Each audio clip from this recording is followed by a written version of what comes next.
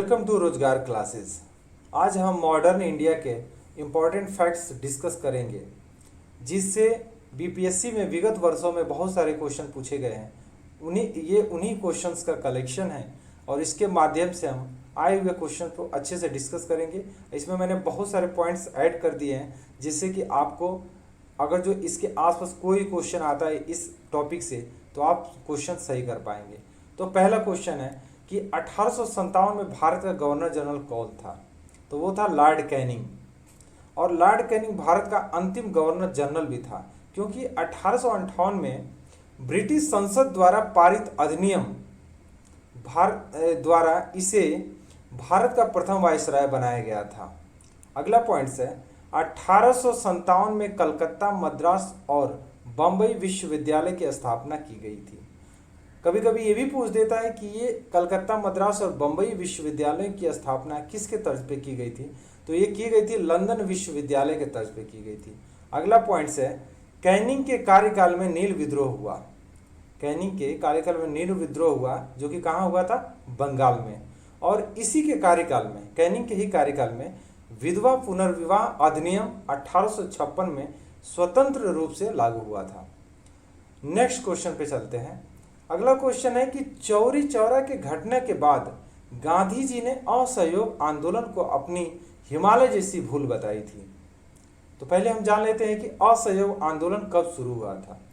असहयोग आंदोलन शुरू किया गया था 1 अगस्त 1920 को, और 12 फरवरी 1922 को बारदोली में हुई कांग्रेस की बैठक में स्थगित करने का फैसला लिया गया।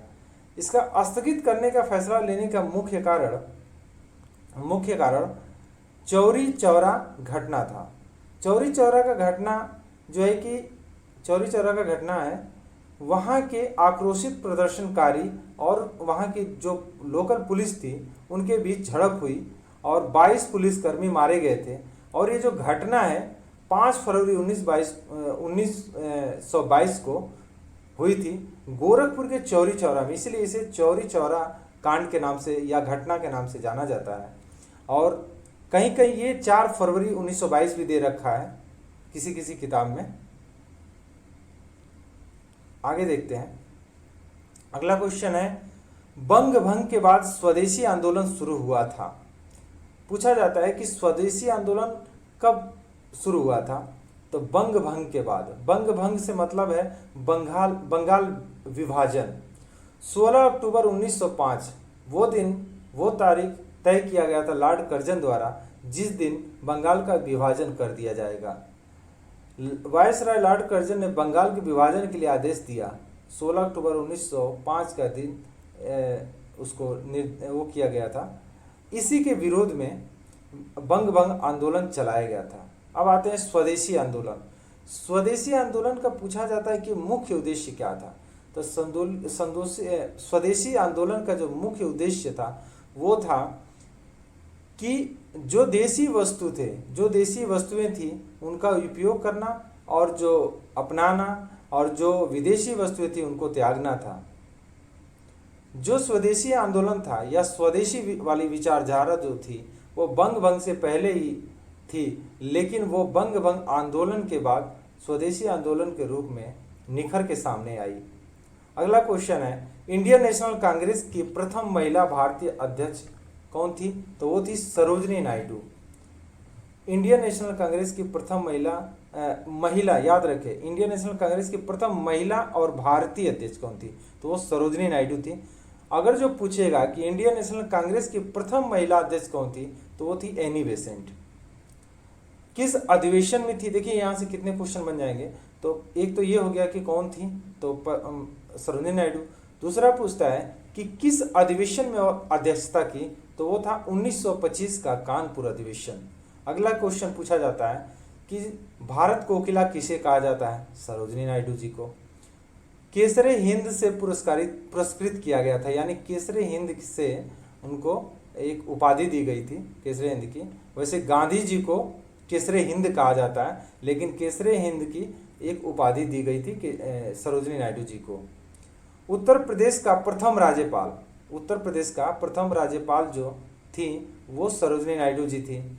सरोजिनी नायडू जी की कुछ बहुत ही फेमस रचनाएं हैं, वो आपको याद रखनी है, क्योंकि अक्सर ये आपके क्वेश्चन ये एग्जाम में पूछे जाते हैं। ये बीपीएससी में आया हुआ क्वेश्चन, आप उसको ध्यान से याद रखें। तो रचनाएं थी द गोल्डन थ्रेशोल्ड, एक रचना है द गोल्डन थ्रेशोल्ड, दूसरा है बर्ड ऑफ टाइम और तीसरा है ब्रोकन विंग। आप इन तीनों रचनाओं को अच्छे से याद रखेंगे। अगले क्वेश्चन पे चलते हैं। प्रथम तिरंगा ध्वज फहराया गया था किसके द्वारा? तो मैडम कामा जी द्वारा। ये भी पूछा जाता है कि कहाँ पे फहराया गया था, तो फहराया गया था जर्मनी के स्टुटगार्ट में। अगले क्वेश्चन पे चलते हैं। बिहार के चंपारण में गांधी जी ने अपना प्रथम सत्याग्रह किया था। गांधी जी चंपारण में किसके बुलाने पे गए थे? एक क्वेश्चन भी पूछा जाता है। तो गांधी जी चंपारण में राजकुमार शुक्ल के आग्रह पर गए थे, जो कि इनकी मुलाकात, गांधी जी की मुलाकात राजकुमार शुक्ला जी से हुई थी। कहाँ पे? तो 1916 में लखनऊ के अधिवेशन में हुई थी। अगले क्वेश्चन पे चलते हैं। चित्तरंजन दास 1922 में गया के इंडियन नेशनल कांग्रेस के अध्यक्ष थे। चित्तरंजन दास से रिलेटेड कुछ क्वेश्चन हैं जो पूछे जाते हैं अक्सर, कि देश बंधु किसे कहा जाता है? चित्तरंजन दास जी को देश बंधु कहा जाता है। अगला पॉइंट्स है, अलीपुर षड्यंत्र कांड 1908 के अभियुक्त अरविंद घोष की बचाव किया था किन्होंने? तो चित्तरंजन दास, क्योंकि वो पेशे से एक अधिवक्ता थे, इसलिए उन्होंने अलीपुर षड्यंत्र कांड में अरविंद घोष जी का बचाव किया था। अगले क्वेश्चन पे चलते हैं। राहुल सांकृत्यायन 1920 के असहयोग आंदोलन में छपरा से सक्रिय थे। ये भी क्वेश्चन पूछ लिया जाता है कि राहुल सांकृत्यायन कहाँ इनका जन्म हुआ था? तो उनका जन्म हुआ था उत्तर प्रदेश में। अब इनके बहुत सारी रचनाएं थी, उनमें से हम उपन्यास के कुछ रचनाएं लिख देते हैं, आप इसको याद रखना है आपको। तो ये थे 22वीं सदी, दूसरा है दिवोदास और तीसरा है सप्त सिंधु। 22वीं सदी, दिवोदास और सप्त सिंधु। आइए अगले क्वेश्चन पे चलते हैं। मौलाना हसरत मौलाना हसरत मोहनी ने 1921 में पहली बार पूर्ण स्वतंत्रता की मांग की थी। मौलाना हसरत मोहनी ने 1921 में पहली बार पूर्ण स्वतंत्रता की मांग की थी। आपको याद रखनी है, ये बीपीएससी में पूछा हुआ क्वेश्चन है, इसलिए आपको पूरी तरीके से याद रखनी है इसको। अगले क्वेश्चन पे चलते हैं कि जब 1857 की क्रांति हुई थी, तो बिहार में कुछ ऐसे जगह के महाराजा थे और जमींदार थे जिन्होंने आदमी और पैसों से अंग्रेजों की मदद की थी, ताकि 1857 के जो क्रांतिकारी हैं उनको दबाया जा सके। तो वो महाराजा और जमींदार कहाँ गए थे? तो आपको 3 जगह याद रखनी है। वो 3 जगह हैं दरभंगा, डुमराव और हटवा। दरभंगा, डुमराव और हटवा के ये महाराजा और जमींदार थे जिन्होंने आदमी और पैसों से अंग्रेजों की मदद की थी।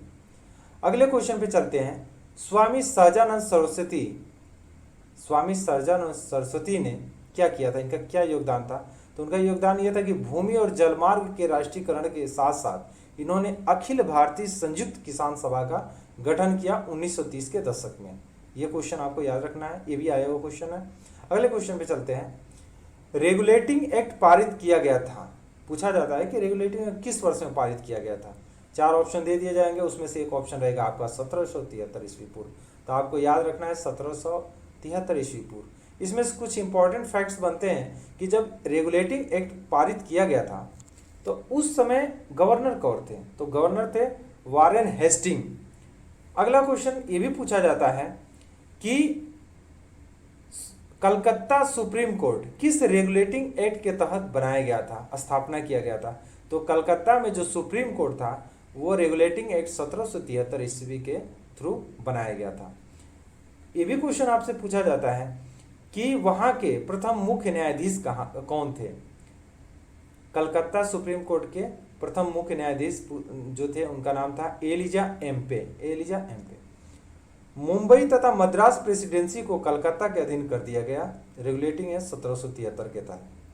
अगले क्वेश्चन पे चलते हैं। नेहरू रिपोर्ट जो कि 1928 में आई थी, किसके द्वारा तैयार किया गया था? यह पूछता है किसके अध्यक्षता में तैयार किया गया था? तो नेहरू रिपोर्ट मोतीलाल नेहरू की अध्यक्षता में तैयार किया गया था। इसका मुख्य उद्देश्य ये था, इसका विषय ये था कि भारत में संवैधानिक व्यवस्थाओं को ठीक किया जाए या क्या होनी चाहिए उस पर विचार करना। तीसरा गोलमेज सम्मेलन कब हुआ था? तीसरा गोलमेज सम्मेलन हुआ था 1932 में। तीन गोलमेज सम्मेलन हुए थे, पहला, दूसरा और तीसरा। तो जो तीसरा गोलमेज सम्मेलन हुआ था 1932 में हुआ था और इसी साल में पूना पैक्ट साइन किया गया था। तो बाकी के जो दो गोलमेज सम्मेलन हैं हम इसे अच्छे से विस्तृत में डिस्कस करेंगे अगले वीडियोज में। तब तक के लिए बहुत बहुत धन्यवाद।